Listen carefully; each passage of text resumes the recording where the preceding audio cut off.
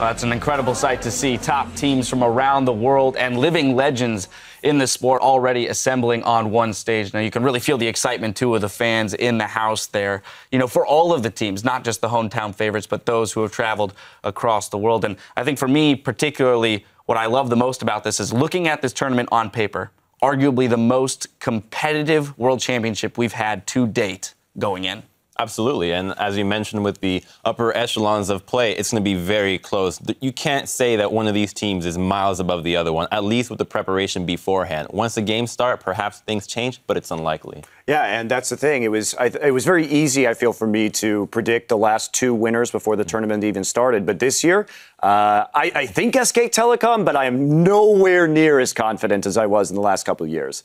Yeah, I think that's when we look at this, it's going to make our jobs very fun, right? When we parse through all this information, I know we all did our pick'ems. We'll see how those pan out throughout the tournament. But in general, just kind of the aura of curiosity that surrounds this tournament and this first day of play, which I think will be so telling. On top of the fact that we haven't seen these teams in quite some time. I'm just happy we're guaranteed to have very, very good games no matter what. This is like compared to last Worlds, it was like some games that were just, this is over, no matter what, Without a doubt, some good games ahead of us. Now, over the next 2 weeks, teams will be competing in a round-robin group stage where each team will face off against every other team in their group twice. The top two teams from each group will advance to the knockout stage in London, while the other two will go home. Now, let's start by taking a quick look at how the group draw played out. In Group A, we have the #1 seed from North America, Counterlogic Gaming, Korea's Coup Tigers, the LMS's Flash Wolves, and the international wildcard from Brazil's CBLOL Pain Gaming. Monty, thoughts on this group? My thoughts on this group should be pretty easy for Coup Tigers to get out. I think CLG can come out of this group, too. Of course, I do have some lingering doubts because they didn't get that full boot camp in with Xmithy. But even then, the rest of the group relatively weaker. But it's going to be a tight race, I think, for #2. And one loss to Pain or one loss to the Flash Wolves really could just disrupt the entire balance. Well, and Crumbs, you spoke to the possibility that Pain could even find their way out of this group if things fall in the right places. Well, I mean, there's chances of hail in Los Angeles as well, and many things could happen. But yes, there's obviously a possibility for Pain to do well. I'm hoping for it. I want to root for the underdogs, the South American team, I mean. And I want to see that happen, but it is, again, unlikely because of the strength of CLG. Now, moving on to Group B, it's Europe's #1 seed, Fnatic, the LPL's Invictus Gaming, the LMS's AHQ Esports Club, and Cloud9 of the North American LCS. Yamato, throwing this one to you. I feel like the two favorites are very obvious, the Fnatic and Invictus Gaming. It's very hard for me to judge who's going to take the first seed, but this group with Cloud9 and AHQ in it, I think we could possibly see some upsets. You don't think AHQ is making a run for the top two? I doubt it. I feel Invictus Gaming and Fnatic are the obvious favorites, but I'm expecting, with the fact that there's been such a huge time difference where we haven't seen LMS, I think there's a possibility they can bring up something fresh. Well, especially IG, they're the team that I'm looking at because I feel that I know how strong EDG is and I know how strong LGD is, but IG is a team that has been so inconsistent that it's really hard to get a read on them. Kid and Kitties, they have to replicate their most recent performances if they want to do well, because they typically really haven't been that strong. I think the inconsistency comes from the actual play style that is pretty much stuck within the LPL, that all these teams kind of promote each other to play wild all the time, and I think that's one of the things that leads to it. And I don't think this tournament is really going to bring out that inconsistency out of IG, and they'll probably buckle down a lot better. Let's jump over to Group C, which is going to include Korea's #1 seed, SK Telecom T1, the EU LCS's H2K, China's Edward Gaming, and the international wildcard representing the GPL, the Bangkok Titans. Crumbs? Well, I don't want to be that guy for H2K and Bangkok Titans, but it's really a shame, It's a grim picture. As soon as the groups were drawn, it's like, all right, well, guys, let's make vacation plans in Europe. This group is going to be SKT and EDG getting out very clearly, and H2K and Bangkok will just have to use this as a learning opportunity and just try to have some fun out there. Well, and while it's unfortunate for H2K and the Bangkok Titans, from my perspective, having EDG and SKT in the same group is fantastic because that means they'll go into the opposite side of the brackets when they make it out, and that increases our odds of having a really awesome final. So that's really exciting for me. Be a sweet rematch. Like, I was thinking the exact same thing. Like, I'm just hoping we get the EDG SKT final. This is just my dream. We're set up for the storylines. We'll see if they fall in place. Well, finally, in Group D, it's China's #1 seed, LGD Gaming, Korea's KT Rolster, North America's Team Solo Mid, and the EU LCS's Origin. And although maybe not as lopsided as Group C, I personally feel here too as well, though the European and North American seeds are in a huge hole that they're about to have to climb out of in order to take down Goliaths like LGD and KT. I think this is the team, the group that has the most fans behind it, because all these teams are pretty popular. Everybody really knows who these guys are and want to see their own region do very well. And we don't really know how well they're going to do, just because, at least personally, I take a lot of the information that the pros say is like, oh, these guys have been doing really well in scrims. I'm like, oh, maybe he said that. I mean, he knows something I don't, obviously. So I want to see. I know you've got some thoughts on how scrims have been going. I mean, here's my big question is KT, right? Sure, they looked good in the gauntlet, but in their 8-1 best-of-3 run in the second half of the summer season in Korea, it's impressive. They only lost to SK Telecom in best-of-3s. When we go back and we actually dig into those matches, they were losing to single games to some of the worst teams in Korea. So they need to get that consistency up. If KT gets rolling in the early game, if they start to get kills, they're unstoppable. If they start to fall behind, they don't play from behind very well. So the key for them is going to be that early aggression. And if people can replicate SK Telecom shutting down Score and Peekaboo, then I think there's a chance that KT doesn't make it out. Now, if it's not KT, is it TSM or Origin? Origin. Okay. For sure. I feel like in this group, even though there's two clear favorites, I feel like LGD and KT have shown inconsistency throughout the season. So I think it will be interesting to watch this group. All right, maybe closer than I may have thought to begin with. Well, throughout the tournament, teams will be competing on patch 518, where a lot has changed since the last time we saw most of these teams play way back on 514. Most notably, gentlemen, we saw changes going towards the top lane. Well, that top lane shift will affect the bottom lane even harder, because that means that the guys that can TP into the bot lane are going to be more powerful than they ever were. So you get a Darius TP into your bot lane and just triple kill everybody with the mid lane TP, and this is going to be complete madness for everybody down here. I don't think the bot lane is really going to have a lot of fun playing here, so I think that they'll just constantly lane swap and really just avoid having to deal with teleports, because it is going to be a pain in the ass, especially if you have to deal with dragons as well from Mordekaiser. Something else that has gone through a lot of changes is also the mid lane, because throughout the season we've had only Victor and Azzi going around, but these two champions have been nerfed, and a lot of assassins have been buffed, and I think that's going to have a massive impact on Worlds as well. Well, just the number of mid laners you can run with teleport right now. If you don't lane swap, games are just going to turn into 5v5s very early on in the bottom lane, because there's a whole swath of champions that can run TP out of the mid lane. So I mean, expect some pretty wild skirmishes very early in the game. All of this in mind, when we look at the 16 teams that are going to be here on the world stage, how does all of these changes to the game affect the landscape of League of Legends as we'll see it play out over the next few weeks? Gosh, I don't think anybody knows, really. I don't think anybody... I mean, these changes were so massive. We can sit here, we can have ideas of what's going to be played. Obviously, Mordekaiser's quite strong.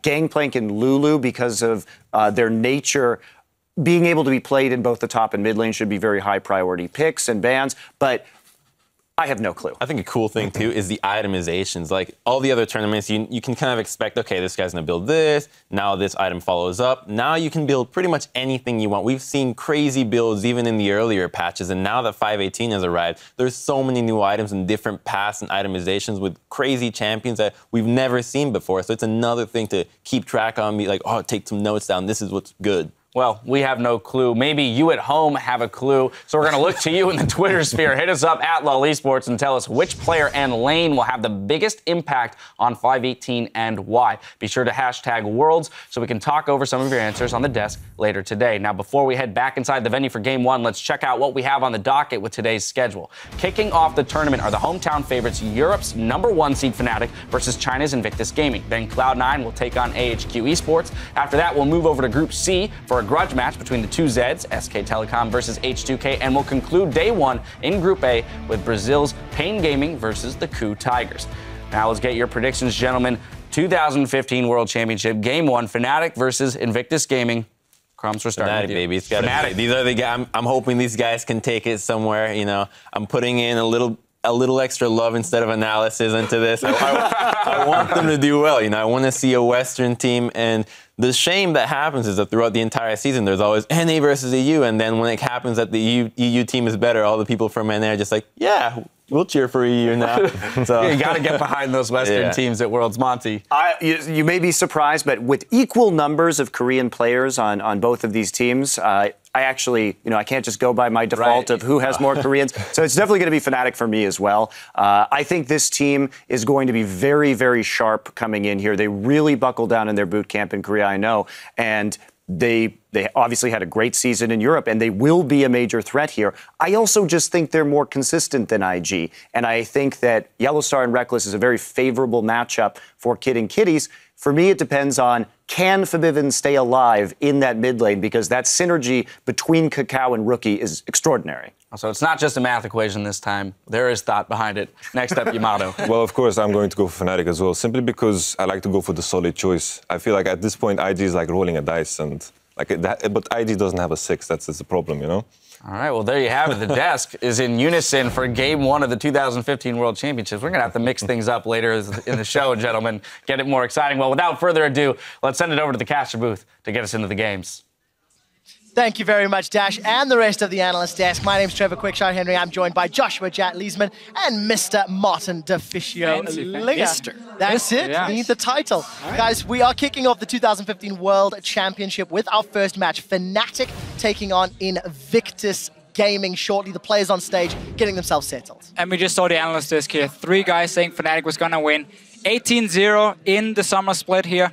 Only lost 2 games to Origin in the final. Very, very close games overall. And Origin could honestly have won their best out of 5, but Fnatic are here now because they've been so dominant all season long. Yeah, we saw the dominance all season long. We saw the fan reaction when they came out. And honestly, this is the highest expectations that have been on a Western team really since Moscow 5 and CLG EU attended Season 2 World Championships. So there's a lot of pressure on this team and a lot of expectations to fulfill. IG is a hell of a team to have to start against. It is for sure, but people can trust in Fnatic to do proper preparation for a team like IG because the coaching staff behind them, we have Dalo, of course, getting so much praise. We have the manager, Ispa, as well, making sure the players are eating healthy, they're working out. And everything Fnatic as an organization is doing is supporting these players. And they're just making sure that as long as they focus on the game, they should be able to perform at the top level. And that's what you need. That's what the West needed beforehand. We see the same for CLG now with their coach, and they're now the #1 team in North America. Yeah, that support staff is giving them the consistency. Gentlemen, I think it's about time to meet the starting lineup from the European LCS. One of the most hyped top laners. It is, of course, the Hollow Master himself, Huni. Rainover in the jungle, Febivent in the mid lane, Reckless as the AD carry, and the French player for Fnatic and captain, Yellowstar, the support. We saw some glimpses of Dalo there on your screen just behind the players. He is their coach. Their opponents today in Invictus Gaming. They will be on the red side of the rift. They will be representing the LPL. And they will be starting with Zitai in the top lane, Kakao in the jungle, Rookie in the mid lane. Kid is your AD carry, and then Kitty's their support. Coach on stage as well is Mafa, formerly of the LCK. Now, Invictus Gaming had a bit of a bumpy end to their summer split, ended up placing 3rd seed in the regional qualifiers after losing to EDG in that battle for the 2nd seed. Yeah, heavily inconsistent team, but we really have to talk about how strong their top side of the map can be. The synergy between Kakao and Rookie, as well as the emergence of Zitai on those carry top laners, should challenge Huni and Rainover's synergy in that top lane. Yes, the bottom lane can go to Fnatic's favor if we see that, but the top side of the map is so strong for IG, it's going to be a fascinating matchup. Yeah, and in the mid lane, of course, Rookie, the guy getting praised as one of the best mid laners in the entire world. He's going against Febivent, and it's very different how the teams are looking at these mid laners here. Fnatic obviously don't really play around Febivent too much. It's about these side lanes. But Rookie and Kakao, their synergy together can shut down almost any mid laner in the world. Febivent is a guy, though, whenever he plays these top names, these really, really big star players, he does tend to perform even better. We saw him solo kill Faker at MSI. We talk about it so often. So I think he will be okay in holding his own. It's when Kakao joins in, we get some problems for Fnatic. Yeah, but I got to ask a bigger question. If Kakao's joining in against Rainover, isn't this a massive mismatch in the jungle? It is. Everybody was saying Kakao's going to beat up on Rainover. Yeah, and we've seen so many times watching IG's games how he gets almost slingshotted ahead in the jungle, because Kakao is one of the few who still gets pulls from his duo It's lane. unfair, man. To get level 2 super fast, that means he gets level 3 faster than the enemy jungler. It means he gets double buffs, and it means he can start invading the jungle and take over the game. When asked, actually, Kakao, if he was going to show that his synergy with his mid laner was legendary at Worlds, he says no, he's going to kill all 3 lanes, because that's why he plays jungle. So he's getting slingshotted in that jungle, and he's going to be looking to carry some games. He's one of the few real carry junglers we have here at Worlds. We see a lot of these guys who play more for the team. We see a lot of late game picks still coming in with Cinderhulk. I'm expecting, at least for the team fight, Kakao is the guy who will still pull out the Nidalee, and he will just go to town. And he's so strong in these one-on-ones. Scary guy to watch for, but he's also fairly inconsistent. And that has been the downfall of IG. When he doesn't get rolling, or if he doesn't push Rookie forward, Fnatic suddenly might get towards the late game and do really well. Consistently inconsistent. I think we've heard it from every single analyst when they're talking about IG.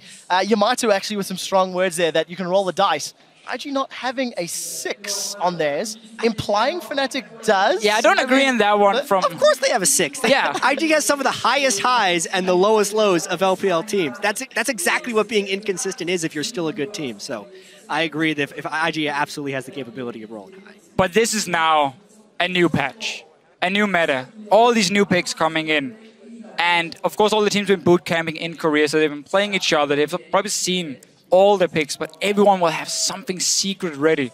So this pick and ban phase, we have 2 teams who are not afraid to pull out, you know, the different kind of things. We even saw Time Kench from Yellowstar, Cassiopeia top lane from Huni at MSI. Yep. There's a lot of new picks, so this one might not reflect 100% what the meta is going to be. Right, it could be specific strategies just for this game even. We want to make all these conclusions about what the world's meta is going to be, but it's really going to take a ton of iterations throughout this group stage. We probably won't even start seeing it until the quarterfinals happen, because there's going to be so many in-game and out-of-game adjustments that happen here. This first champion select just has almost too many possibilities to talk about. Yeah, some of the really strong picks we've heard a lot, you know, from the players, and a lot of people have been talking about them on Twitter and on Reddit and so on. It's like there are 3 picks, it seems, that everyone agrees on are super strong. Lulu, of course, as a flex pick, top and mid lane. We have Gangplank, the same deal, can go top, can go mid. And then, of course, a Mordekaiser down in the bottom lane. Very snowball-focused champion, but when he gets rolling, he can take over the game completely. Yeah, and what I find so fascinating about that is even though this is a new patch and those champions have been nerfed slightly, China got to play on the 5.16 patch for the LPL Finals, and when IG qualified against QG, they were letting Lulu and Gangplank through to the opponent team on multiple times, and they've been nerfed since then. So even those champions playing on are hard now mode. considered high. We have no idea what's happening. Well, we're going to find out. We've talked about Maud, we've talked about Lulu, Gangplank, we've not even mentioned Fiora or Darius. And ladies and gentlemen, for the game 1 of the 2015 World Championships, we are into picks and bans. And the dunk master Darius is dunked into the bans. Not really a big surprise. Fiora and Darius, as you just mentioned, are being hyped up quite a lot as well. And we have to remind people, this is the blue side ban for Fnatic, so they might still be able to first pick one of these 3 picks we just mentioned before. Yeah, the Lulu ban makes a lot of sense. Fnatic had a ton of success, as did everyone running that as a flex pick between the mid and the top lane. And that can be a very interesting thing when it comes to red side, blue side now, because red side used to be where you could like target ban a little bit more because you wanted multiple OPs to be open so you can get 2 of them on your side. In this case, if there's only 3 that every team agrees on, you have to ban away at least one of them, and then you can trade the last one. They go for all 3, it looks like. Mordekaiser ban, first of its kind that we will see. Gangplank is still up, gentlemen. There are 2 bans remaining. I wonder if these teams will be looking towards that, as is Kalista. We've not touched on some of the AD carry roles yet either. Really, Vayne is actually banned before Kalista. Kalista has received some nerfs throughout patches now. One of the lowest win rate you have in solo queue, but still tremendous competitive capability. It has actually been left up with Gangplank going down. I wonder what Huni will end up playing and how much priority is on the first pick. Really not that much, it seems. But this was exactly what we just mentioned before with the red side. If there's only 3 super strong picks, you have to ban them away from IG's side, and they're just playing it safe. Not going to take any chances here. We've seen Reckless spam a lot of Mordekaiser in solo queue. At least I'm not surprised. I think she's the best jungler open or just available basically, because a lot of them are very even, but at least this for me stands out just a little bit. Her early game is still great, and the fact she has that cocoon. Yeah, so Nidalee, I wonder if Kakao is going to play this. For a second I thought they'd actually locked in Aatrox. is about to freak out. It's not a European team. Braum has been banned, so the poke from Nidalee would be higher, but Kakao actually goes for Skarner as he did during their final regional qualifier match against QG. So, ladies and gentlemen, 3 out of the 4 juggernauts have already appeared in Game 1 of Worlds. There's 5 seconds left for the lock-in. IG most likely going to go for the safe support pick, and it is the Thresh secured. And you get one of these compositions now where your single target CC is so insane already in the first 2 picks. Stun from Skarner, then you pull them in with your ulti, the Thresh hook coming in as well.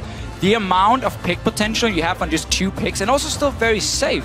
Skarner's gonna do fine dueling in that early game. He doesn't gank that well before level 6. Definitely want to see how Kitties performs. Out of the 67 games in summer, only 3 of them were on Thresh. For Fnatic, they now know what they're facing in the jungle, they now know what their support is, but solo lanes still left available for both teams. And with both Lulu and Gangplank being banned away, that's 2 of the most standard flex picks we're going to see. On blue side now, you might have to blind pick both your solo laners, which can be a big problem for Fnatic, and it would open up potentially for some interesting counter picks from IG. Yeah, well, what's interesting here is that Shen could technically be flexed. It's been a long time since we've seen Shen support, but it could absolutely fit in this context. Or Huni can play it as a neutralizing tank in the top lane.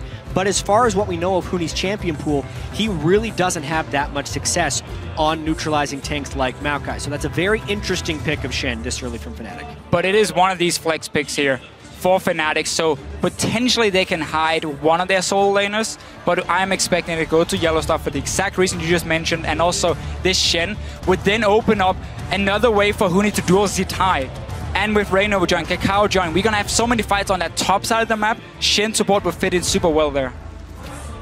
And a lot of opportunity left for IG. I like how long these teams are taking in the pick and ban phase. There are so many different things to be prepared for that they have to switch it up. And we already get to see Riven. Zitai, hello! Rookie could also take it to the mid lane. He could. For IG. But again, you have this conversation with Ashe.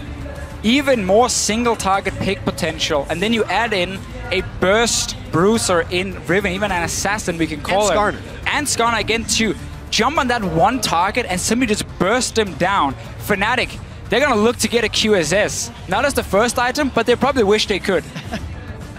Well, Invictus Gaming already with some surprises. And for Fnatic, I'm not seeing a lot of damage yet. They do have 20 seconds. They will be showing both of their solo lanes. And as we mentioned, that Riven could technically flex.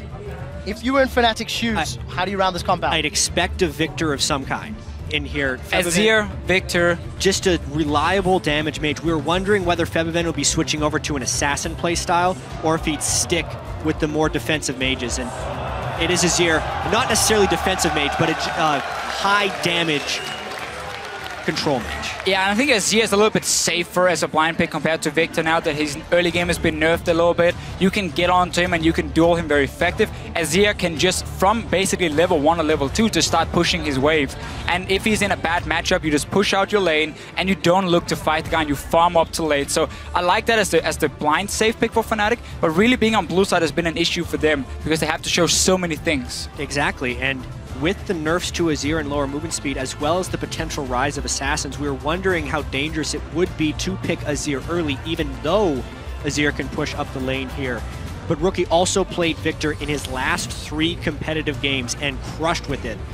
So it would not be very surprising if he picks it here. Yeah, that was a funny thing about this 5-16 regionals we saw in LPL, where Victor just got nerfed, the CS just got nerfed, and yet it was Victor who became one of the most impactful champions in the tournament itself.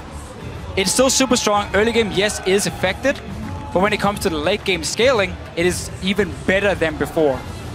Final champion locked in. There we go. Victor, once you eventually get to level 18 in outscales, I'm going to be very interested to see how Skarner and Riven will perform. Team compositions are now rounded out. Jet. Not only do we get to see Riven, we get to see Huni come back onto Hecarim again, something he hasn't touched in a really long time. Support Shen. It's really just a throwback competition for Fnatic. It's like we're on the 5-12 patch again. with the champions they're playing. I'm just looking at Fnatic here saying, we know you're going to play around that top side of the map with the Riven. We have Shen support, Elise, strong early game jungler. We have an offensive summoner spell on our top laner. We are ready to take that fight. Whoever wins it might just run away with the game. Both of these teams want to do just that. Two of the most talked about top laners in the World Championships. You can see the coaches on screen, Daylor and Mafa, getting them teams the last little bit of information as we load up onto the Rift. We are, of course, here in Le Doc Pullman in Paris, France. The audience is cheering on their teams, as are everybody watching at home. I mean, the first pick in ban phase. I love it. We weren't exactly sure what to expect. Maud, Lulu, and GP, gone. I'm actually a little bit surprised because of how dated feeling Fnatic's champions look like. No one was expecting really Hecarim to be a large pick, or Sivir, or support Shen, and they have all of them. Well, you did see the team comps on your screens. Guys, jump onto Twitter and vote for who you feel will be victorious and get that first W on the board. Hashtag FNC win or hashtag IG win. Make sure you guys keep your eyes open. Be on the lookout for any pentakills or any Baron steals, because that is going to unlock a little bit of an extra chance to get a legendary or esports inspired skin. Guys, we do have a very brief pause, and I want to mention this Hecarim point you touched on, Jat. 21 games since Huni has last played that champion. Okay. Admittedly, it's been, what, 2.5 weeks? Yeah, 3 weeks since the very beginning of the summer split. Correct. Been the last However, 24 games total. So. Hecarim was a pick when he was used a lot. They always did really well into melee matchups because you can constantly just sit and spam your Q. And again, when you don't run with the smite, as we saw for a period of time here with Cinderhulk, you have an offensive summoner, you're going to rush the Trinity Force. You are very, very strong in the mid game. And when we have these all-in comps on the top side of the map with the Riven jumping in, with the Skarner going in and trying to pull someone back, Fnatic are going to be ready to fight for it. So I wonder if IG is going to say, you know what, we're not going to fall for that one. We're going to try and play around the Shen instead and have this massive amount of teleport and action in the bottom side where the Thresh and Ashe are there to provide the CC. Yeah, and as far as the early game strengths of these teams go, I do have to point out, Kakao has only played Skarner 2 times. He picked it up after they actually lost to EDG when Clearlove played Skarner against them, and then he played it twice. In those games, he completed a Sightstone right after he upgraded the first part of his Hunter's Machete. So incredibly early on in the game, that would be really a Sightstone rush on Skarner, who already needs to farm until 6. So he's actually playing a very weak early game Skarner style that is pretty much all about defensive wards. That actually gives Fnatic a potential window to aggress on the top side, because Kakao's counter ganks are not that strong to support a Riven who needs a lot of jungle attention. You're 100% going to see Reyna will be more active when it comes to ganking in the early game than a pre-level 6 Skarner. Skarner, on the other hand, he often benefits a lot from having lanes that can push, so he can invade into the enemy jungle, contest, of course, a little bit in there. He's dueling pretty well. It's just running to a target pre-level 6 is not very effective. You have to land your E then to connect the stun as well, and that's very difficult for him. So we might see Reignover be very active. We've seen it before, Trevor, in Europe, how Reignover is constantly around Huni in that top lane and try and snowball him, because then eventually Huni would TP to the bottom side, and every single lane is then rolling for Fnatic. It's pretty much Fnatic style. Guys, I do have an update from production that players are having a little bit of glare on the screens from the stage lights, so while our technicians are tweaking with those settings, we will just keep chatting a little bit more about the matchup. And for Yellowstar to play Shen, it is a champion he's also only played twice, something that Fnatic were in fact punished with when playing against the likes of Origin and H2K, because Fnatic played so much around their top lane, then all of a sudden their opponent Shen would TP up and Huni would go, oh bugger. This time around, they're now trying to channel some of that power themselves, knowing, of course, that Kakao wants to hold Rookie or Zitai's hand. Yeah, and with Rookie playing Victor, I'm not expecting all the action to be around the middle lane. This is going to be more the farm lane. Just try and push each other out, see who can roam first.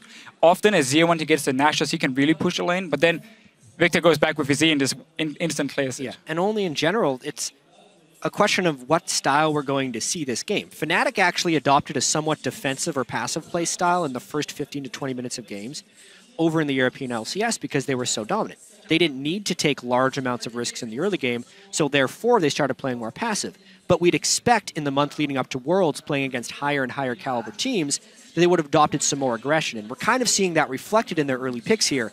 The Hecarim and the Elise are two champions that look for very early plays. Yeah, and once again, Fnatic, when it comes to preparation, we know how much work they put into it. So again, they've been watching all these games here from IG, looking at how they play.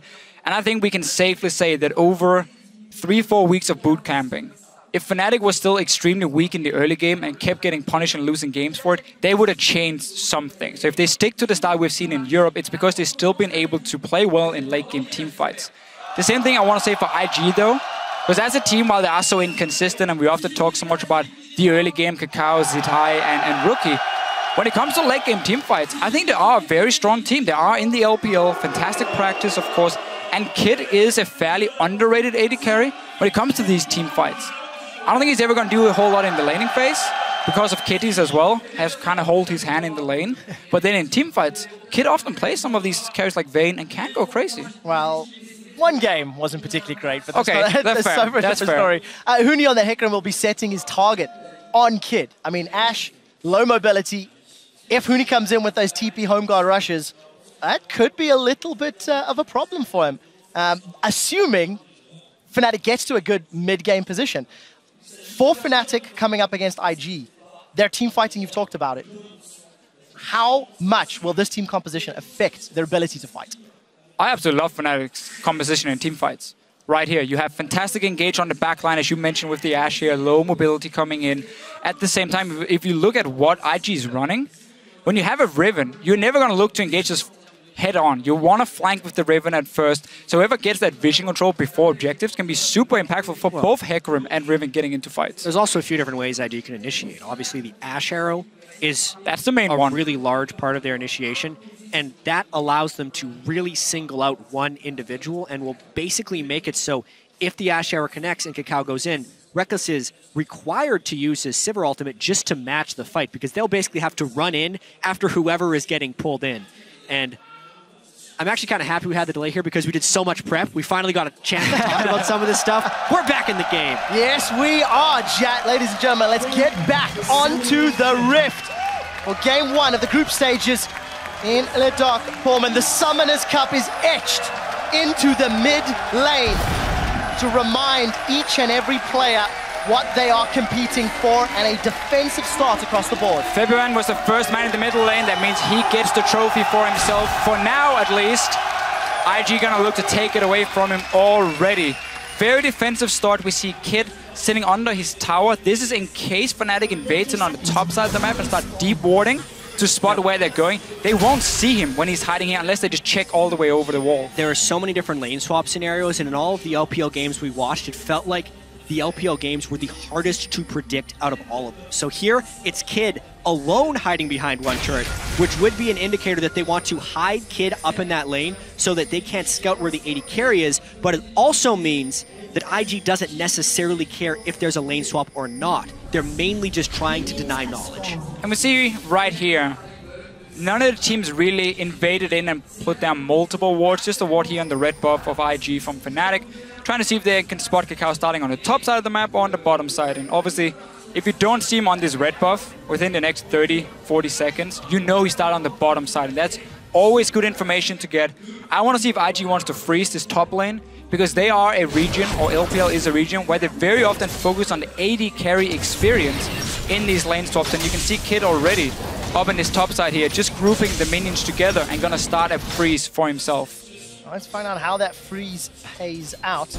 Reckless down in the bottom lane. Yellow is going to find something here. Just a little bit late on this invade. This was mainly an invade to check who was starting. He can now ping out Huni that he did a solo start, which actually tells the rest of the team a lot. Nice steal there by Yellowstone. But this is one of these situations where if you do not invade in at level 1 to try and take over a jungle, it's very hard for you to deny anything in the early game. So Huni got his camp, got to back down to the bottom side, and Reckless should be pushing this bottom lane if I know the Fnatic lane swap correct. And that means they're just gonna look to take over the bottom side of the map. But Fnatic at the same time, they didn't invade either. So we saw IG clear away this jungle. Rainova and Huni can only get a Grump for themselves. Everything else is cleared. You can see them holding hands in the bottom half of the jungle. Rainova and Huni, that is. tower is going to be under threat shortly as Reckless continues to shove the wave up. And every time we look middle, Febiven's trying to poke out Rookie. Yeah, this is actually where the lane swap will be made or broken. Kid is freezing in the top lane, whereas the bottom lane for Fnatic is shoving.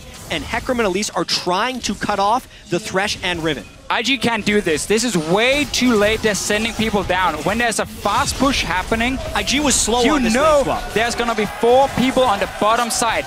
They show themselves so late that Fnatic can move in between tier 1 and tier 2 on the bottom side and zone them away, meaning Riven got absolutely nothing, and now they're late to pushing the top tower as well. It can effectively turn into an untradeable turret because the rate at which Fnatic got to push that lane and how they can actually bounce that wave off the turret for who need to farm means they would be able to rush top before that turret falls. This is very much now IG needing to take advantage of Kid's experience advantage that he will have because they will be down in the global gold race. Yeah, IG won't even be able to touch the top lane tower here. Kid is looking to just maybe shove the wave out and then go back and buy for himself because he has nothing yet.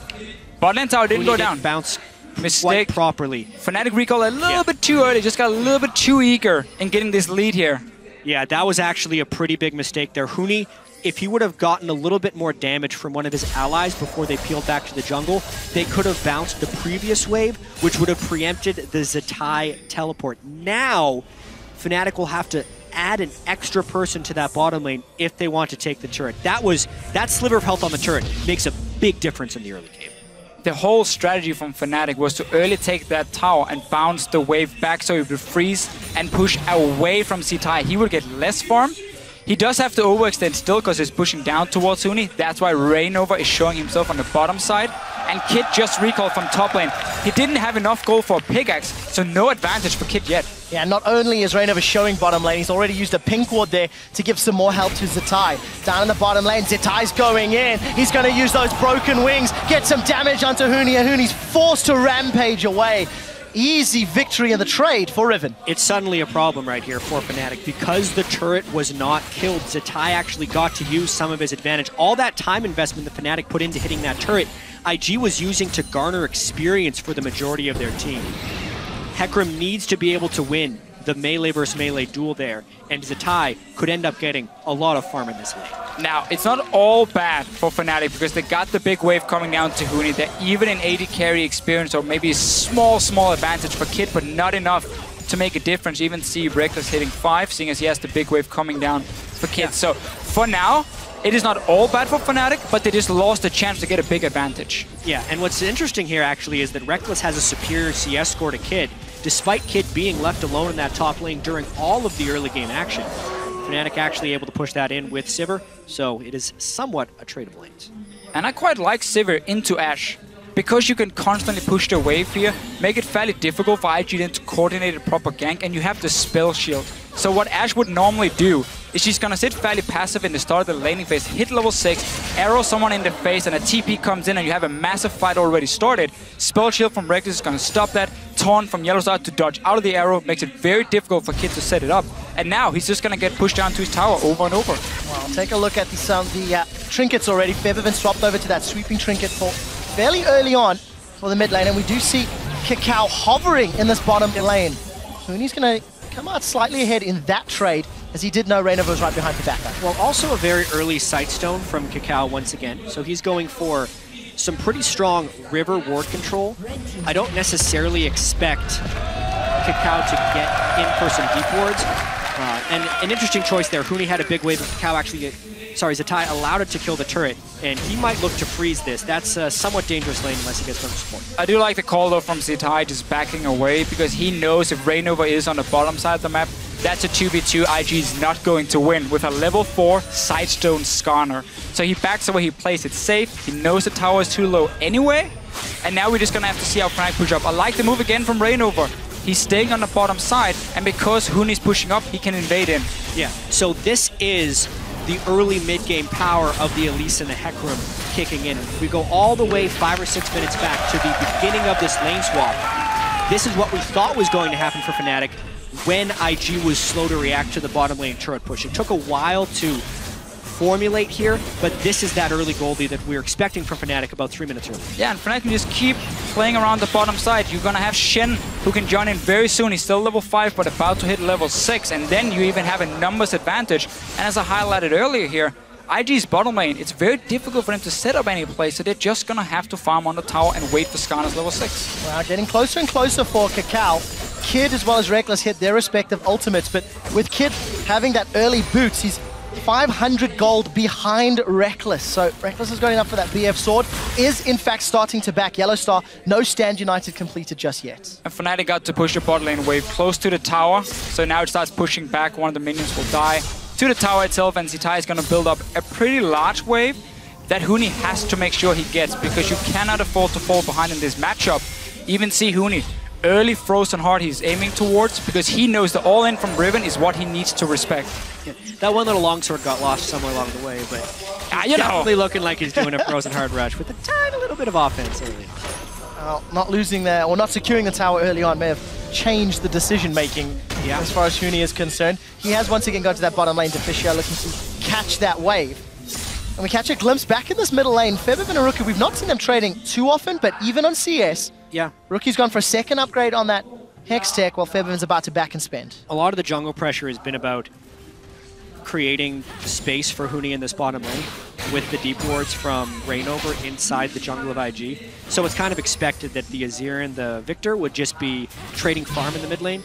Keep in mind, this is the nerfed Victor from generally the last time we saw him in most competitive play, aside from the regional qualifiers. They're trying to put on 5.16. So he's not getting as much early mana from that tier 2 upgrade on Victor, and will have to be a little bit more conservative with the way he shoves it. And exactly that is a fairly big key in this matchup, because Azir with Nash's first can just keep shoving the wave without using a whole lot of mana himself. You can try and starve the Victor simply, because if he goes back to base at the wrong time, Azir is so effective as well at pushing down the tower, and that's how Fnatic can keep trying to snowball this tower advantage they already built up with the first one, and in fact none of their towers took any damage. Yellow Star's in trouble. He's already taunted and needs to flash over the wall. Zitai's hungry for blood. He's come forward as well.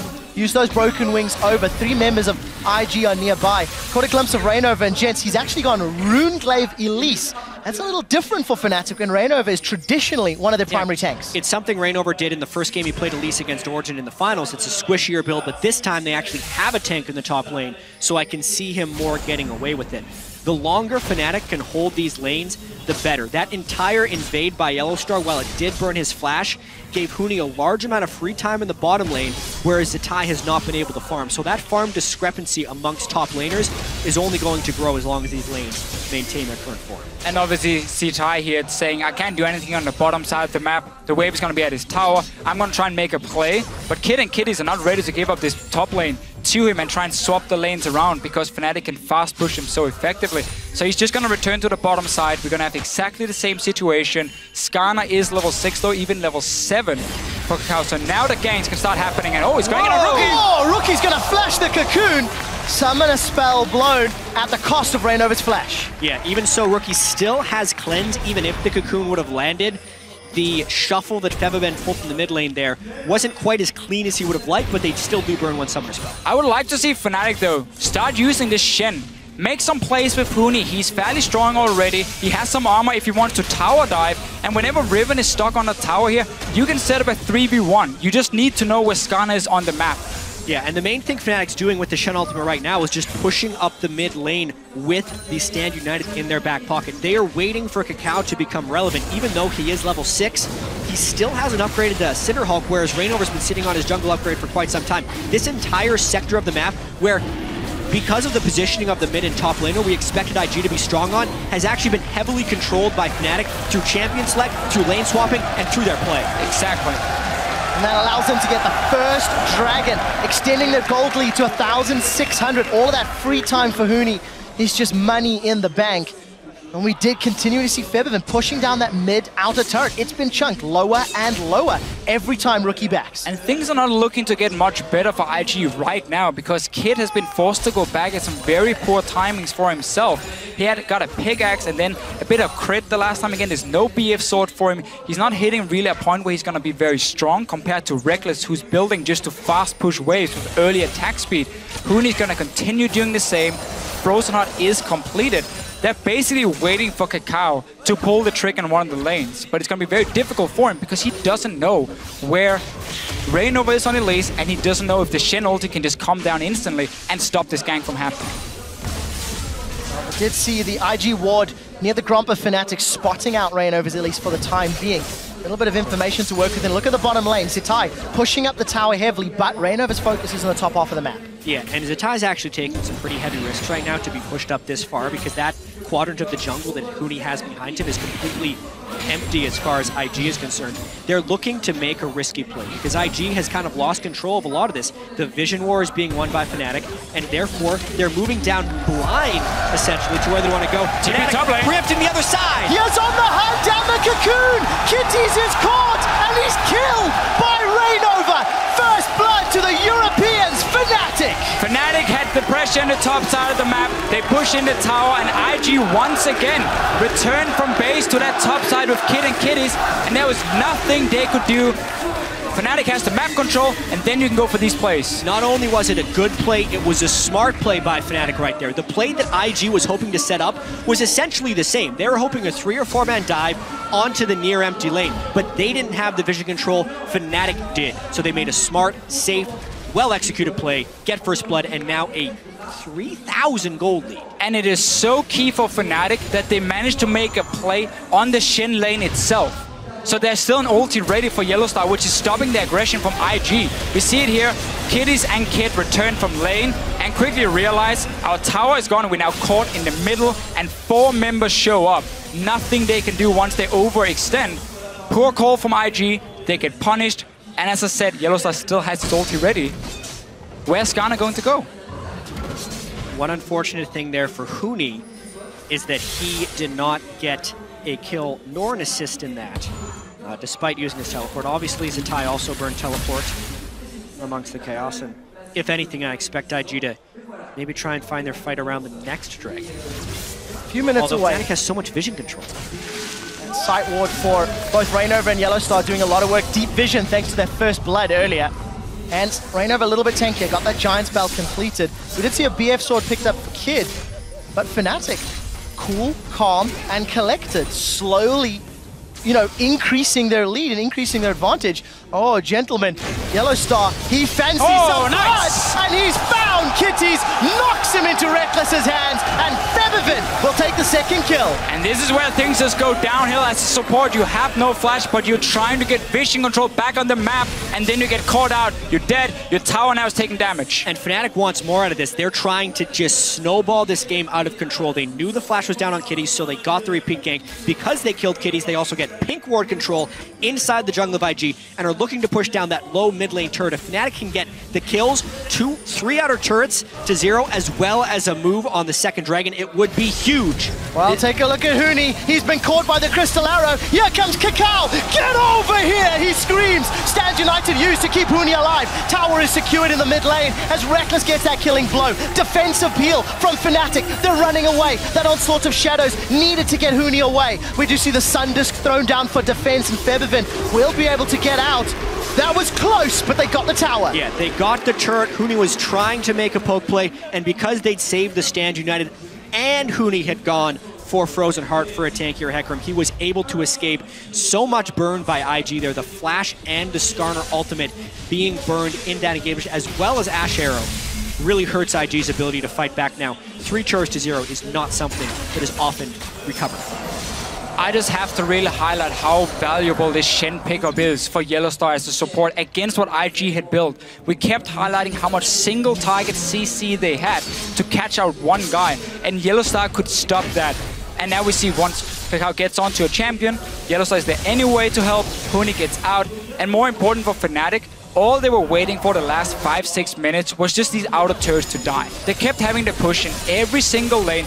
Once the towers went down, now we see them contest all the vision in the jungle, and soon there's no jungle left for Kakao to farm. It's going to belong to Fnatic. So Fnatic stamping authority in game 1 of groups, that 4,000 gold lead thanks to exquisite lane pressure. 30 seconds to Dragon. Jet, you'd mentioned IG may want to fight around it, but they're quite far down if they want to think about it. Yeah, they lost their Summoner Flash on Kakao. Their ultimates will be back around the right time. but they just strictly don't have the vision control. They have lost so much map pressure to how well Fnatic has played these lanes and how timely Fnatic's ganks have been.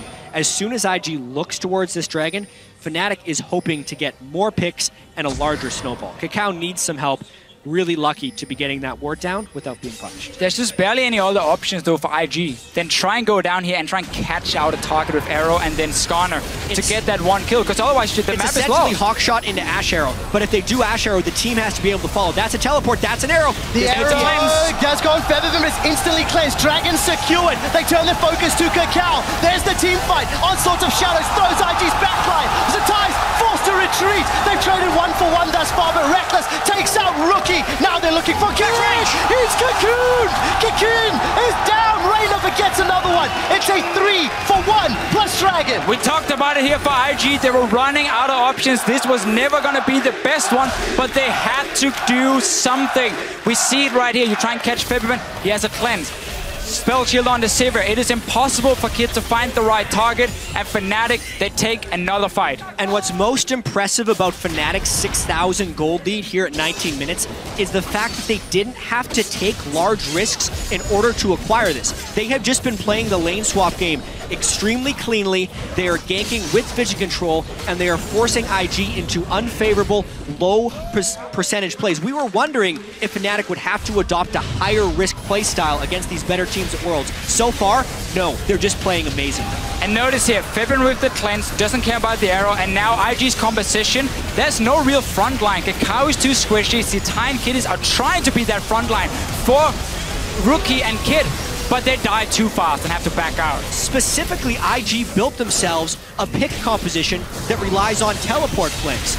The pick didn't work because they were 5-man brawling into a fight that Fnatic has set up with a zone control mage in Azir. That was almost never going to be a one fight for IG because the setup was not even close to where it needed to be. And we're not even at the point yet where Fnatic can get a QSS. And simply say also Skarner ulti, we don't even care about that on our carries, because right now for Fnatic, they can split up in 1-3-1 setups. You normally don't want to do that against an Ashe because she can just arrow out of vision, catch one guy, and then break this split push. But because again you have the Sivir, you have the Shen ulti, you have cleanse on Febiven, nothing really hurts them from what Ashe can do to engage. And that is the main engage from IG, other than a flash ulti from Kakao. As we've crested the 20-minute mark, Fnatic are quite infamous for their 20 to 25-minute Baron secures. There's already a pink ward in the pit. And we've talked about the 1-3-1. Another option for Fnatic, play the Baron bait game. If any region knows how to dance around that objective, it's going to be Europe. Yeah. And look, they're calling IG, saying we dare you to check. And Fnatic really is far ahead. Fnatic was praised for their ability to come back in some games. The largest Fnatic was down at 20 minutes this year in which they were able to achieve victory was 4,700 gold. They have a larger lead than that over IG right now. So the chance of comeback from IG is actually very low. And either Fnatic would have to make some pretty large mistakes from here on out, or IG would just have to play Otherworld. Small window with no cleanse on February, but should be ready in just a few seconds, and then that engage option is down. Kakao has flash ready. IG needs to just pick off one target when the fight starts, and you need this Riven to be able to get into the backline and take care of Reckless or Febvin, but there's been no chance for Zitai to have an impact. Yeah, I mean, part of this goes back to champion select, and another part goes back to the way the lane swap was played out. Kakao is not a jungler who can apply the early jungle pressure to get Riven and Edge.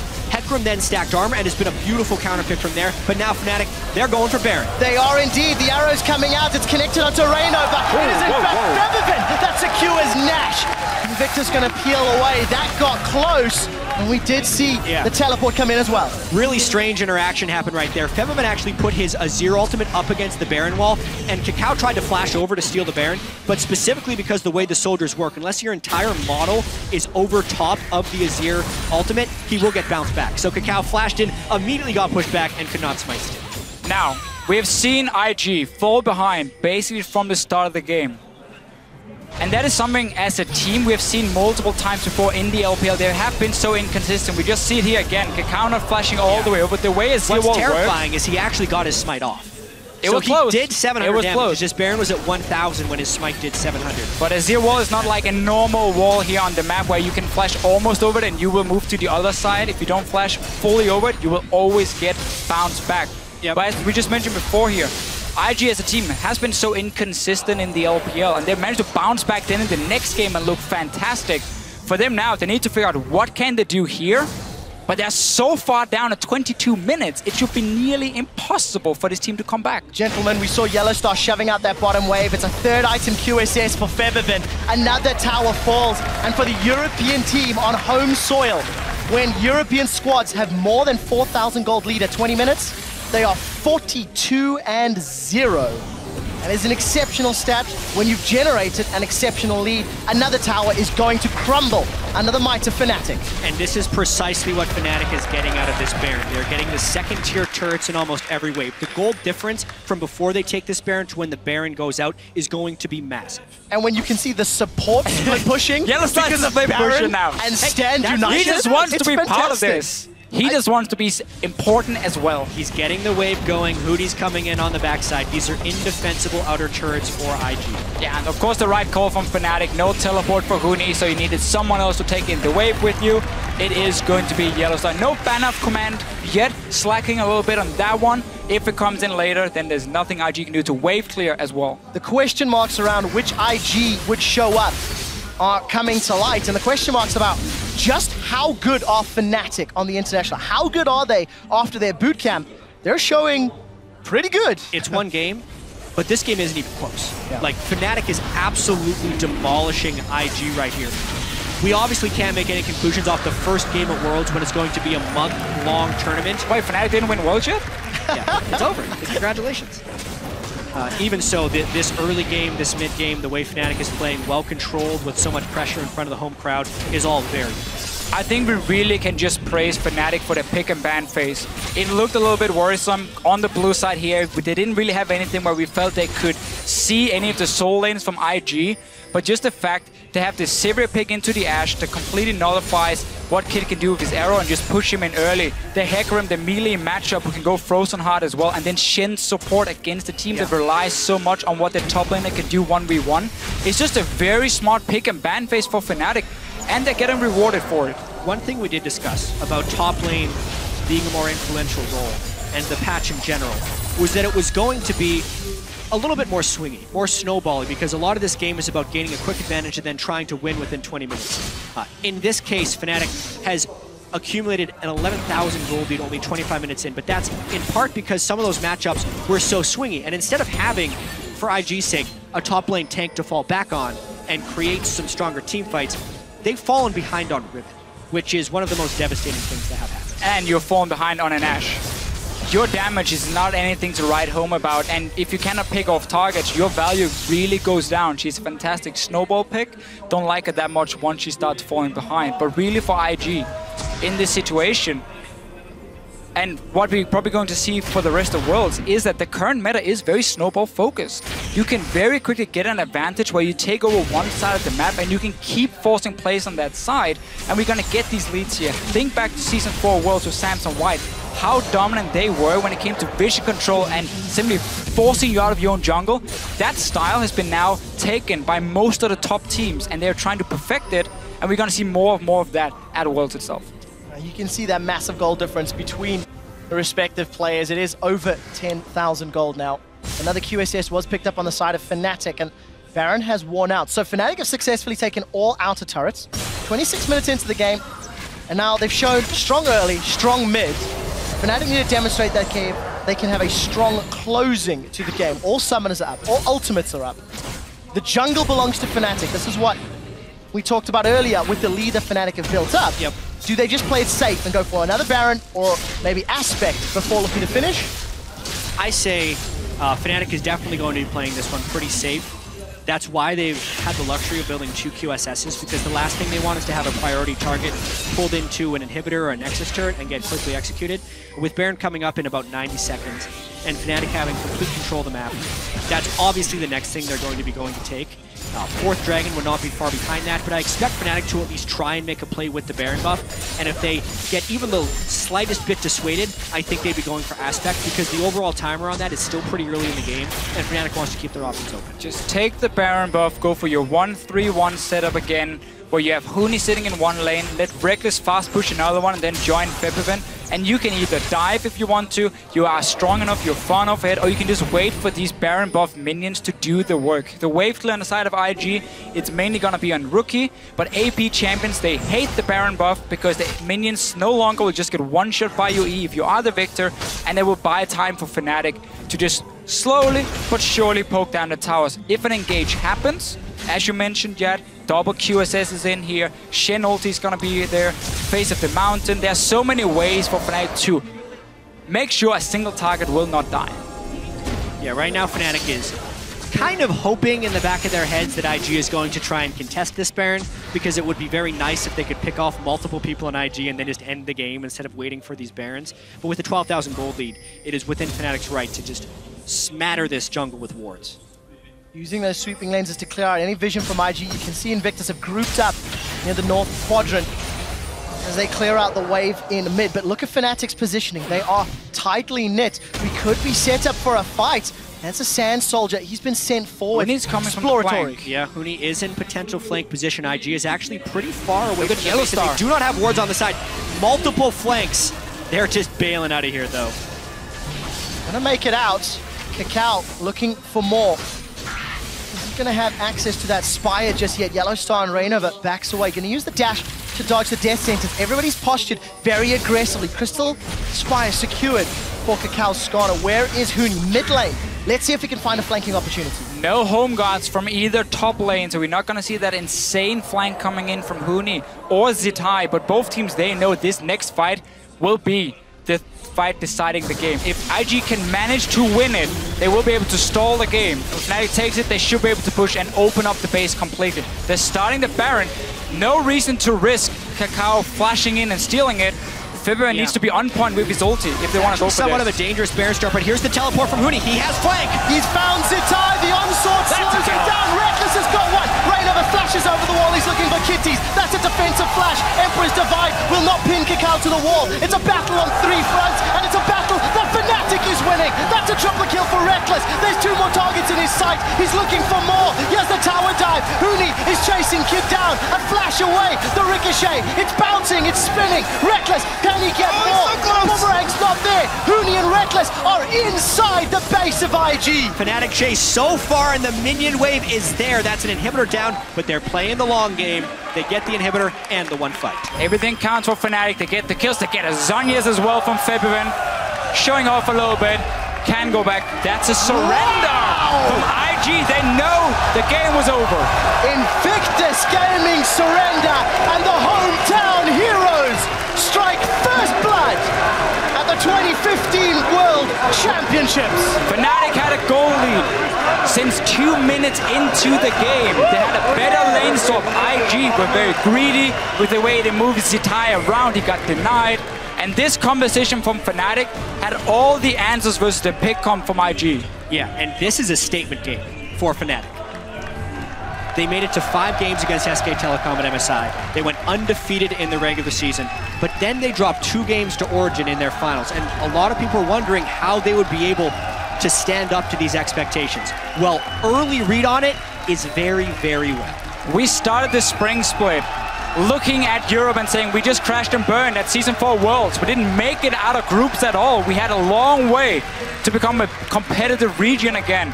Fnatic shows up with Yellowstone, 4 new guys. They look good in the spring split. Not fantastic, but good. Win it, go to MSI, 5 games against MSI. We started believing this team had potential. Well, 18-0. 18-0 in the summer split, win the whole thing. And now we suddenly trust in Fnatic. We believe that Fnatic can be a team that can take at least the group. I'm not going to go further than that. Well, the whole town and crowd here in Europe is definitely rooting for Fnatic. And Jat, I distinctly remember Jat22 on Fnatic mentioning how in their victories they didn't show the greatest of elation. They lost it after seeing the surrender votes. Well, specifically being in front of this crowd as well. To start the World Championship against the other favorite in the group and to beat them so decisively has to be a fantastic sense of accomplishment. The challenge now for Fnatic will be to not let up, because this was the first of their 6 group stage games, which would lead to even more games at Worlds if they continue to succeed. And IG has been here before, where they lose a game and they know how to bounce back again. We keep talking about how they've been inconsistent. They are a fantastic team. This composition didn't really seem to fit them, or at least give them a lot of openings to make plays. With the Skarner from Kakao, he had no impact. I'm sure they will bounce back, and they will still be one of the favorites to make it out of groups. And of course, talking about the word bouncing, we're going to have to keep our eye on the lane swap scenarios. There's so much talk about how each region lane swaps and how you need to adapt to your opponent's lane swaps. It felt like Fnatic just had a much better read from early, despite that little misstep on the first tower. It was a minor misstep even at the end of the day, because they didn't lose the top lane despite Kid freezing it for so long. And then Hootie did get a small amount of jungle pressure from Reignover and could easily take the turret over. So honestly, IG was very slow at keeping up with that lane swap. And the instant they tried to push down, it was just maybe 2 full steps behind where Fnatic was as far as the decision tree that you have to go down in a complex lane swap. Fnatic crushed it.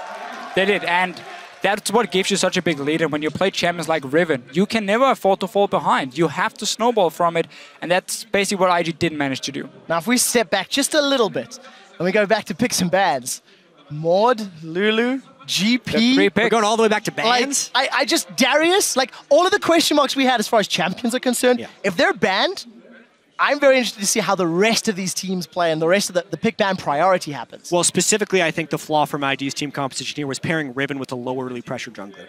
And Fnatic jumped all over top of that. They already had the Elise when the Skarner was locked in, and they're just like, okay, well, out melee versus melee you, one of the swingiest top laners in the game in Hecarim, and they had superior jungle pressure. So that was just a really good outdraft in that specific instance by Fnatic. We saw more standard picks, though, I want to say, compared to what I expected, because Fnatic and IG are teams where they have pulled out some crazy stuff in the past, at least. We've seen a lot of weird picks.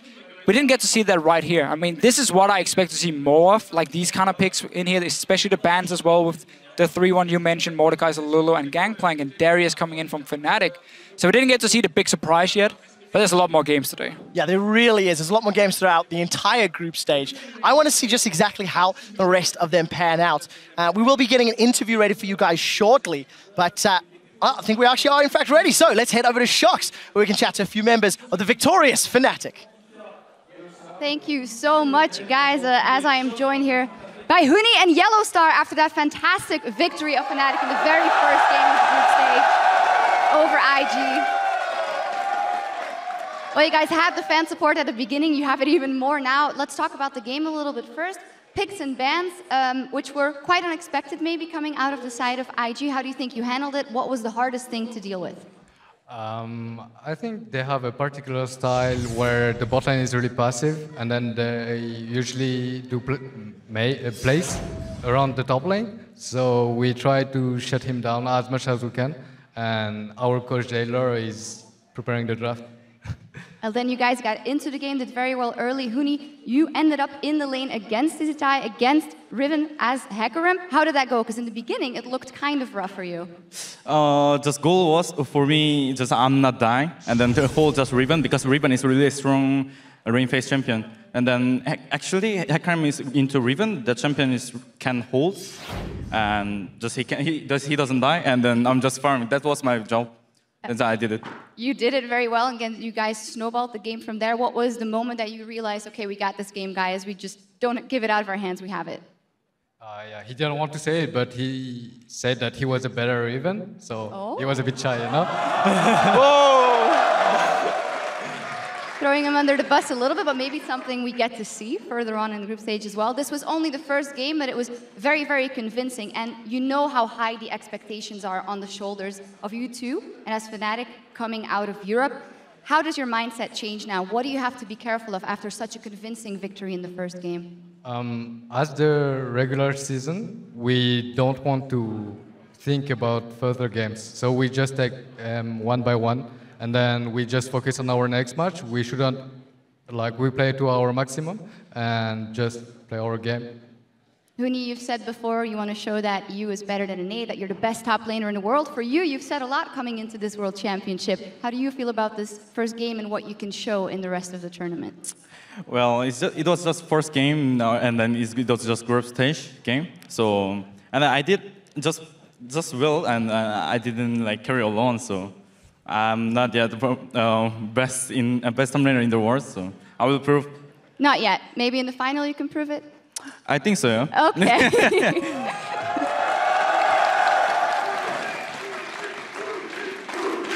Well, they already think so.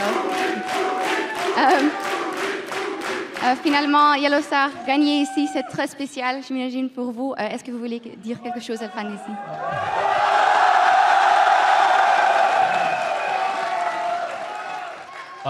Je pense que la raison pour laquelle on est venu ici pour la phase de poule, c'est parce qu'il y a le plus de matchs, le plus de jours, c'est parce que vous êtes le meilleur public, je pense. Hein?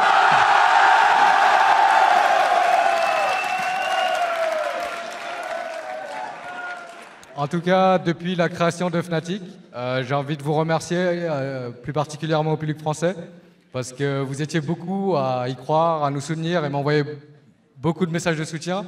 Et j'ai envie de vous dire merci encore une fois. Et c'est grâce à vous. Well, a lot of nice words from Yellow Star for the fans, thanking them and saying that they are one of the best crowds in the world, if not the best, and to thank them for their support to Fnatic throughout the years. Well, thank you guys very much. What a fantastic start to the tournament for Fnatic. And as for us, we're going to go back over to the guys at the desk. Thank you, Shaks. I mean, what an extraordinarily convincing win there for Fnatic right out the gate. Has to make them feel good about at least their chances in this group, securing the first seed above the second and really setting themselves up well for the quarterfinals. I like what Yellow Star was saying about the draft, that they really wanted to shut down the top lane. So by taking the Shen support is another pick that really hinders the aggression from the top lane. So Riven could never really all in that Hecarim pick, and they played a style where they just pushed all three lanes. So the Azir can push Invictus 24/7. Sivir with Shen just pushes nonstop. Same with the Hecarim, and you just have Elise running around doing whatever they want, and you don't even need to spend that much money on warding because you know where the jungler is because you have that Elise just going everywhere. So it's a very methodical, super simple game. Well, in reference to the pick ban, earlier we asked which lanes you guys at home thought would have the biggest impact on 518, and at CustardCream86 tweeted all these changes to the mid lane and mid laners and the mid laners in general, and we still see Azir and Victor. Gentlemen. I think that's true. We are going to see Azir and Victor, but just because that happened this time doesn't mean that we're going to continue seeing that. There's going to be a lot more variety, but they still are very stable mid laners, very conservative picks that you can really rely on even in blind pick situations for the most part. I feel definitely like the problem is like IG, well, not the problem, like the idea is that like IG picked Skarner and Riven. It kind of provokes the Azir because Azir is just so good into it generally. And like in mid, it's very, very few champions that are good against Azir. It's a safe blind pick in general. Especially against a pick comp too. And I think if we start looking at the picks and bans and what IG was trying to do, I think it's smart of them to come in with a pick comp. If we look at teams, even in Fnatic's regular season, certainly they went 18-0. But, for example, the Origin game with Xpeke on Twisted Fate, there has been a weakness in Fnatic to losing early skirmishes and having pick comps work against them. Now, in this particular situation, running an Ashe and running the Skarner for hard single-target engage with the Thresh 2, then you have the Victor and the Riven for burst damage. So the Azir is a great pick because you can deny the initiation or just reset the team fight. So it does work well here. And then that forces the Riven to have some fancy teleport flank angles and other things like this. The problem, though, with IG is that if you run a pick comp like this, you have to get to Dragon first. You need to get the Skarner crystal down. You need to have priority on that objective and make sure there's no vision so you can set up the engage. Because if you don't get that, you're not going to win that 5v5. I wouldn't even think it's just the Dragon. The laning phase in general was such a problem because I think with picks like that, you have to play so aggressive. You need to be the one that is pushing the enemy into their towers, and then you allow the jungler to do his thing. Kakao was farming the entire time. He got a Sightstone early. That is not the way you want to go about fighting a lot and fighting early. I want to get Yamato in here. What do you pinpoint as the failure for IG? I feel like the biggest problem with IG, I feel in the first rotation, they pick Skarner. Skarner is a champion that has so obvious weaknesses. And as Jad mentioned before, IG likes to play around their top lane. The first pick, Fnatic, like the Elise first pick was very, very good because it almost guarantees them to get the stronger 2v2 matchup. And with that in mind, the Skarner is a farm jungler, very weak against Elise in general, and has very, very obvious weaknesses in the shape of Azir.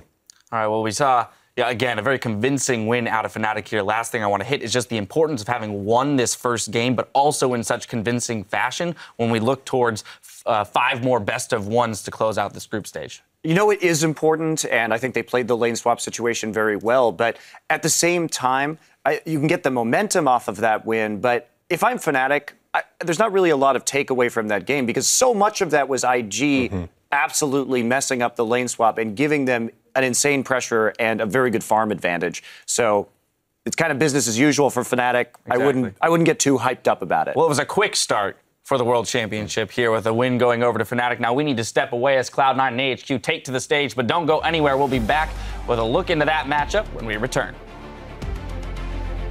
Cool.